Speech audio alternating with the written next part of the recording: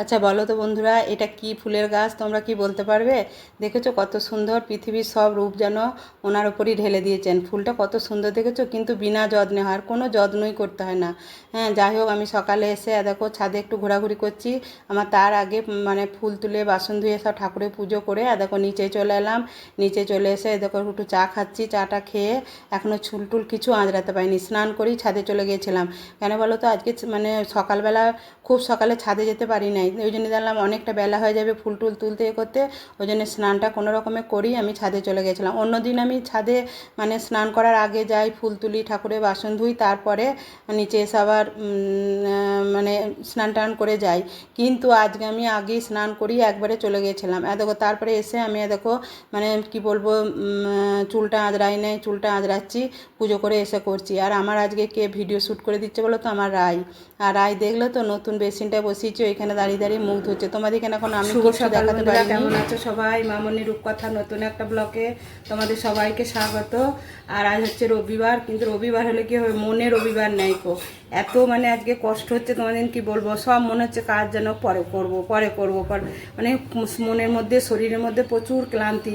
কালকে প্রচণ্ড পরিশ্রম হয়েছে জানো তো। কালকে ঘরে তোমার কালকে কল মিস্ত্রি এসেছিলো আর কি। তোমার কুমোট বসেছে বাথরুমে, তারপরে হ্যাঙ্গারটা বসেছে, কলগুলো সব ঠিক করেছে, মানে সব ওই কী বলে ক্যাব লাগানো ছিল, কলগুলো বসিয়েছে, দুটো বেসিন বসিয়েছে, মানে সেই সব করে গেল সন্ধেবেলা। তারপরে ঘর দুয়ার সব পরিষ্কার করা। তারপরে এখানে আলমারিটা ছিল, সেই আলমারি ওরাই ঢুকিয়ে দিল জানো তো। আমি বলি না, আমার কল মিস্ত্রি যে কাজ করে ছেলেটা, খোকর নাম, ও খুব ভালো, মানে ও আমার খুব মানে বাধ্য, কথা শোনে, আমি যাই বলে ও শোনে। ওই একটা মিস্ত্রিকে আমি ভালো পেয়েছি, আর আমার কোনো মিস্ত্রি মানে খুব যে ভালো তা নয়, বা খুব খারাপ তাও নয়। হ্যাঁ, কী করবো বলো, সবাই যখন কাজ করে সবাইকে তো সব নিয়ে চলতে হবে। আর চারিদিকে এত আওয়াজ, তুমি কথা বলতে পারবে না। ওই জন্য আমি সবসময় ভয়েসে কথা বলি। ওই রাত্রেবেলা দরজা জানলা বন্ধ করে দিয়ে তোমার যদি এসি চলে ভালো, যদি এসি না চলে ফ্যানও চালাতে পারি না, তখন কথা বলি। একদিন কী বলো তো, মানে ভয়েস দেওয়ার অভাবে আমি ভিডিওটা ছাড়তে পারি না, এরকম পরিস্থিতি হয়। কিন্তু আমি রেগুলার ভিডিও করি, তোমরা বিশ্বাস। সকালবেলা ঘুম থেকে উঠে থাকি, ছাদে চলে যাই, ক্যামেরা নিয়ে চলে যাই, একটু গাছপালা ফুল তুলি, সেগুলো কি ভালো লাগে বলো তো। সকালের একটা সৌন্দর্য আলাদা, ওই প্রকৃতির দৃশ্য সব সময় দেখা যায় না, তুমি সারাদিন দেখতে পাবে। এই তো এখন কাঠফাটা রোদ উঠে গেছে, আর গুমোট গরম, একদম গুমোট গরম। মানে কালকে এক পশলা বৃষ্টি হয়ে তারপর থেকে এত গরম, কিন্তু রাত্রে খুব ঠান্ডা ছিল জানো তো। কালকে এসি চালাতে হয় নাই, কালকে বেশ ফ্যানের হাওয়াই নিতে পারছি না, ঢাকা নিয়ে শুতে হয়েছে। যাই হোক, দিয়ে এত আজকে মানে ক্লান্তি লাগে। এই একটু আগে চা খেলাম, মানে পুজো টুজো সেরে এলাম, দিয়ে এসে চা খেলাম। কি করব বলো, কিছু করার নাই, মানে প্রতিদিন তো শরীর একভাবে বয় না বলো। চলো তাহলে আজকে কি রান্না করব। আজকে পনিরের তরকারি করব। হ্যাঁ, মাছ আছে, কিন্তু মাছ খেতে ইচ্ছে আছে না। পনিরের পাতলা পাতলা করে একটু দেখি ঝোল ঝোল তরকারি, মানে মাখা মাখা তরকারি করব। আর যদি ডাল খায় ডাল করে দেবো, আর কিছু একটা ভাজাভুজি করব, কারণ একটু ভাজা পাতা না থাকলে না ভালো লাগে না। আর তারপরে কালকে রাত্রেবেলা বমি করেছে, মনে হয় গ্যাস অম্বল হয়ে গেলো নাকি জানি না। দিয়ে ওর মা সেই 2-3 বার উঠেছে, দিয়ে ওর মায়েরও শরীর খারাপ, দিয়ে ওর মা শুয়ে আছে।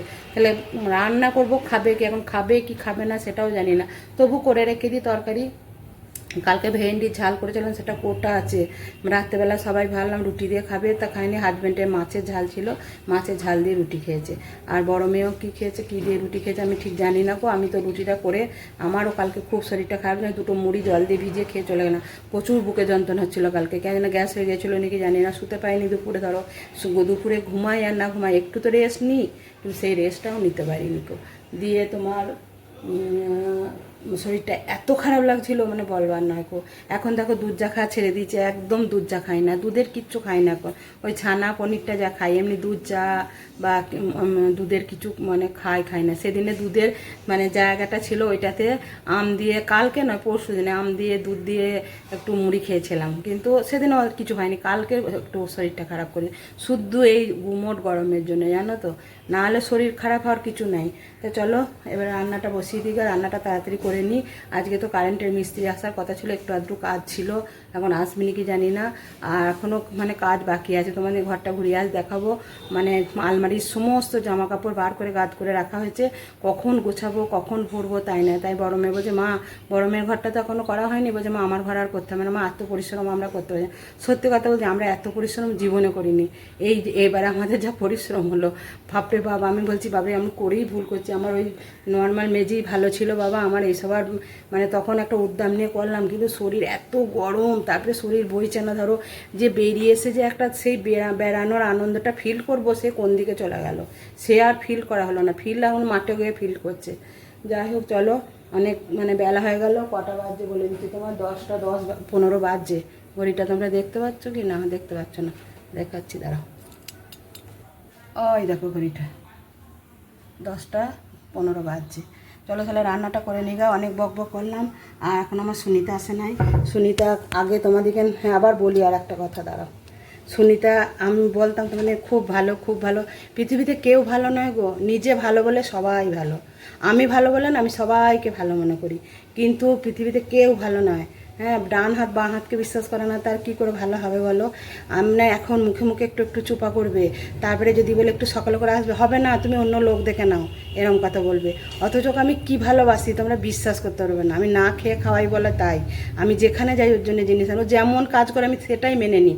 আমি কোনোদিন ওকে বলি না যে এইটা বাড়তি করে দাও, কি এইটা বাসনে এখন একটুতে ভটভট করছে একদম, জামা কাপড় ভালো করে কাচ্ছে না, সব মরমর করছে, কিন্তু ও করছে, করুক, আমার যে কি, ও যদি না করে আমি অন্য লোক দেখবো। দেখো আমাকে তো ভালো কাজ না হলে তো আমি সেখানে নিতে পারবো না বলো। আর প্রতিদিন 11:30, 12টা, 1টায় কাজে আসছে জানো তো। আজকে বলো, আমরা তো মানে কি বলবো, একটা ঘরে ঠাকুর দেবতা পুজো করি, একটা তো আচরণ সব কিছু আছে বলো। আমি তাও বলি তুমি 7টায় না এসো, 9টায় এসো, 9টায় এসে আমি তাও নিচে প্রতিদিন আমি যদি কাজগুলো করে নেবো, তাহলে আমি তোকে কী করতে রেখেছি? আমি তো প্রতিদিন কাজ করে নেবো না, তাও আমি অর্ধেক কাজ করে দেখো। আজকে দেখো এখন আসেনি, আমি সব কাজ করে নিচ্ছি, আমার ঘর দোয়ার ঝাঁট দিয়েছি, মুছেছি, ছাদে গিয়েছি, ঝাঁট দিয়েছি, গাছে জল দিয়েছি, কাল বিকালে জল দিতে পারিনি, সেখানে ফুলগুলো আজ খুব একটা ভালো ফোটে নেই, তোমাদের দেখাইও নেই ওই জন্যে। তারপরে ঝাঁট দিয়েছি, গাছে জল দিয়েছি, ঠাকুরের বাসন 2 সেট করেছি, তাও দেখলাম সময় রয়েছে, ধুয়ে রেখে দিয়ে এলাম। আগের সেটটা পুজো করলাম, সেটটা ধুয়ে রেখে দিয়ে এলাম। তারপরে তোমার এসে তারপর স্নান করেছি, পুজো করেছি, দিয়ে দেখো চাটা খেলাম, দিয়ে তোমাদের কাছে এসে গল্প। কখন আসবে তার ঠিক নেই, জানো তো। কিন্তু কি করব, কাজের লোক ছাড়া আমার 1 সেকেন্ড চলবে না গো। ও যদি বলে না করবো না, খালি বলে লোক দেখে না, লোক দেখে না। এই 2 বছর কাজ করছে জানো তো, তা খালি করছে লোক দেখে না, লোক দেখে না। ঠিক আছে তুমি করো, আমি যদি ভালো লোক পাই আমি তোমাকে বলবো, তখন তুমি ছেড়ে যাবে। ঠিক আছে চলো, অনেক বকবক করলাম, আর বকবক করবো না। দেখো কুমড়ো ভাজা হবে, পটল ভাজা হবে, আর আলু কেটেছি, এই যে পনির দিয়ে আর আলু দিয়ে তরকারি হবে। এই যে টমেটো রসুনটা শাকে দেবো, শাক হচ্ছে। আর এইখানে তোমার 4 মগজ, কিশমিশ, কাজু, আর টুকরো 4 টুকরো আদা, 2টো লঙ্কা ভিজিয়ে রেখেছি, একটু তোমার পোস্ত দেবোতে। আর এটা তোমার দই ফেটিয়ে রেখে দিয়েছি। আর দেখো এখানে শাকটা, সে পাট শাক আমার গাছে ঘরে ছাদে বসিয়েছিলাম। হাজবেন্ড পাট শাক খেতে খুব ভালোবাসে, কিন্তু আমরা খেতে ভালোবাসি না। এই পাট শাক সিদ্ধ করতে দিলে না, যত খুন্তি দেবে তত লাল হবে, এটা মানে লাল পেলেটা যেটা হয় ওইটা হবে। এটা সিদ্ধ হোক ততক্ষণ একটু কমিয়ে দিই। আর দেখো এধারে দুধ গরম হয়ে গেছে, দুধটা ডেবে দিলাম, সর পড়ে গেছে। চলো তাহলে এবারে শাকটা সিদ্ধ হয়ে গেছে, এধারে চলো শাকটা একটু ফোড়ন দেবো। ওই জন্য 4-5 কোয়া রসুন থেতো করে তেলের উপরে লাল লাল করে একটু ভেজে নিয়ে শাকটা সম্বরে দিই। আর পাট শাক বলো, কলমি শাক বলো, এগুলোতে রসুন না দিলে ভালো লাগে না। তারপরে দেখো কুমড়োটা কেটে রেখেছি, পটলটা কেটে রেখেছি, নুন হলুদ মাখিয়ে নিচ্ছি। নুন হলুদ মাখিয়ে নিয়ে আমি কুমড়ো পটল এগুলো ভাজবো। আর কুমড়োতে এমনি তো মিষ্টি, ওতে যদি একটু তুমি মানে নুন হলুদ একটু মানে দিয়ে নাও না, যদি একটু গোলমরিচ গুঁড়োও দাও, মানে ওটা ভেজে খেতে না দারুণ টেস্টি হয়। আমি তো এইভাবেই ভাজি, কিন্তু গোলমরিচ গুঁড়োটা কেন দিলাম না, আমার আই তাহলে খাবে না, কারণ ও তো ঝাল খেতে চায় না, ওই জন্য দিলাম না। কিন্তু আমরা যখন মানে খাই তখন আমরা একটু গোলমরিচ ওপরে ছিটিয়ে নিই। আবার যদি তার উপরে একটু পোস্ত মানে গোটা পোস্ত দাও না, আরও খেতে ভালো লাগে। যাই হোক, যার যেমনভাবে রান্না করার ইচ্ছা সে সেইভাবেই রান্না করবে, আমি এইভাবেই করি। ওদের দেখলে শাকটা আমার হয়ে গেছে, আর এখন চিমনিটা চালিয়ে দিচ্ছি, কারণ না হলে না প্রচণ্ড মানে তেলটা টানছে বলে মানে চিমনিটা চালিয়ে দিলাম। দিয়ে দেখো কুমড়োগুলো ভেজে নেবো।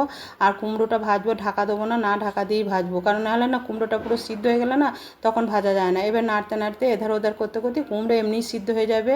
তাহলে কুমড়োটা ভেজে নিই। আর এধারে দেখো সুনিতা এইমাত্র কাজে এলো, এসে ও ঝাঁটটা আগে দিচ্ছে, বাসন কোসন এখনো ধোয় নাই, বললো আগে নিচেটা করে দিই কাকিমা, তারপর ওপরটা করবো। আমি বললাম তাই করবি। আর এধারে দেখো সেই আগের দিনে 500 পনির নিয়ে এসেছিলো, পনিরটা আমি রেখে দিয়েছিলাম, সেদিন ছানা খেয়েছিলাম বলে। পনিরটা এত ভালো তোমাদের কি বলবো, ওই ছেলে পাশে ওই ছেলেটার কাছে নিতাম, ওর পনির অত ভালো নয়। দিয়ে দেখো পনিরটা আমি ভালো করে টুকরো টুকরো করে কেটে নিয়ে আমি সর্ষের তেলেই আর রান্নাটা করছি, সেই জন্য পনিরটাও সর্ষের তেলে ভেজে নিচ্ছি। কারণ দেখো সর্ষের তেলে রান্না করব, আর যদি রিফাইন তেলে ভাজি না এটা ভালো লাগবে না, ওই জন্য সর্ষের তেলেই ভেজে নিচ্ছি। আর আলুগুলো আগেই ভেজে নিচ্ছি, ওটা তোমাদের দেখানো হয় নাই। চলো তাহলে পনিরটা ভেজে আমি তরকারিটা চাপিয়ে দেবো। আর এই তরকারিটা কি মশলা দিচ্ছি তোমাদের কিন্তু আগেই বললাম, 4 মগজ, কাজু আর আদা 2-3 টুকরো, আর শুকনো লঙ্কা, আর একটু পোস্ত, আর তোমার আর কিছু না, এটাই দিয়েছি। দিয়ে তোমার মশলাটা পেস্ট করে নিয়েছি। আর দেখো ভাজা হয়ে গেল। চলো কড়াইয়ে আমি 5 ফোড়ন দিলাম, আর একটু গরম মশলা ফোড়ন দিলাম, দিয়ে আমি রান্নাটা করব। আর আমি জানো তো বেশিরভাগ তরকারিতে 5 ফোড়ন দিই, আমার এই 5 ফোড়নের গন্ধটা ভীষণ ভালো লাগে। আর দেখো মশলাটা দিলাম, মশলাটা দিয়ে কন্টিনিউ নাড়তে হবে, নাহলে কাজু দেওয়া আছে তো ওটা তলায় লেগে যেতে পারে। তবু আমি গ্যাসটা সিম করে দিই, মশলাটা ভাজছি। আর দেখো মশলাটা একটু ভাজা হয়ে গেলে নুন হলুদ সব দিয়ে দেবো। তবে এই তরকারিটা যদি একটু হলুদ না দিতাম না, দেখতে যেন আরও ভালো লাগতো। কিন্তু মেয়েরা আবার বলবে না মা সাদা পাড়া তরকারি ভালো লাগে না, একটু হলুদ দেবে। দিয়ে একটু হলুদ কাশ্মীরি লঙ্কার গুঁড়ো সব দিয়েছি, ওটা অপশনাল, তোমাদের দেখাইনি, তোমরা দিতেও পারো না দিতেও পারো। হ্যাঁ, দিয়ে এইভাবে তরকারিটা করছি। কিন্তু এই গরমে জানো তো নিরামিষ খাবার খাই সবসময় ভালো। পনিরের তরকারি ছানার তরকারি আমি এটা বেশিরভাগ আমি নিরামিষ করেই রান্না করি। দিয়ে দেখো পনিরটা আর আলুগুলো দিয়ে দিলাম, দিয়ে একটু নাড়াচাড়া করে আমি জল গরম করে রেখেছিলাম, সেই জলটা ঢেলে দিলাম। তবে আমি খুব ঝোল পাড়া করবো তাও না, আবার খুব যে মানে মাখা মাখা করবো তাও না, মানে যেটা আমাদের সবার খাওয়া হবে সেই রকমভাবেই আমি রান্নাটা করছি। তোমরা এইভাবে রান্না করে খেয়ে দেখবে, দারুণ লাগে। আর দেখো আমার রান্না অলরেডি হয়ে গেছে, ভাত, এই পনিরের তরকারি, আর এখানে আমি কয়েক টুকরো পেঁয়াজ কেটে রেখেছি। এত গরমে আমি প্রতিদিন 2-4 কুয়ো করে পেঁয়াজ খাচ্ছি। এটা পাট শাক আর পটল ভাজা আর তোমার কুমড়ো ভাজা। এই তো লাঞ্চ মেনুতে হয়েছে, চলো খেয়ে নিগা। তার মধ্যে আমটা নেচে আমি জলে ভিজিয়ে রেখেছি, আমটাও আমরা খাবার সময় কেটে নেবো। এবার রান্নাঘরটা পরিষ্কার করে নিগা। চলো এই যে মানে মশলাদানিটা ঢাকা দিয়ে তুলে দিয়ে এগুলো সব মুছে পরিষ্কার করে নিয়ে তবে আমরা লাঞ্চটা করব। আমার আবার যখন যে সময়ের কাজ সেই সময় করতেই ভালো লাগে, আমার পরে করবো বলে আমি ফেলে রাখি না, দেখবে করে নিলে নিজেও যেন মনটা শান্তি পাই। সময়ের কাজ আমি সময় করে নিতেই ভালোবাসি। দিয়ে চলো তাহলে এবার লাঞ্চটা করে নিই, আমার কাজ সব হয়ে গেছে। এই যে লাঞ্চ দেখো সবাই মিলে এক টেবিলই লাঞ্চ করতে বসে পড়েছি, একধারে বড় মেয়ে খাচ্ছে, একধারে হাজব্যান্ড খাচ্ছে। তাহলে আজ ভিডিওটা এই পর্যন্তই, দেখা হবে নেক্সট একটা ব্লগে। তোমরা ভালো থাকবে, সুস্থ থাকবে। আর আমার ভিডিওটা যদি কোথাও একটু ভালো লাগে অবশ্যই একটা লাইক কমেন্ট শেয়ার করবে। টাটা।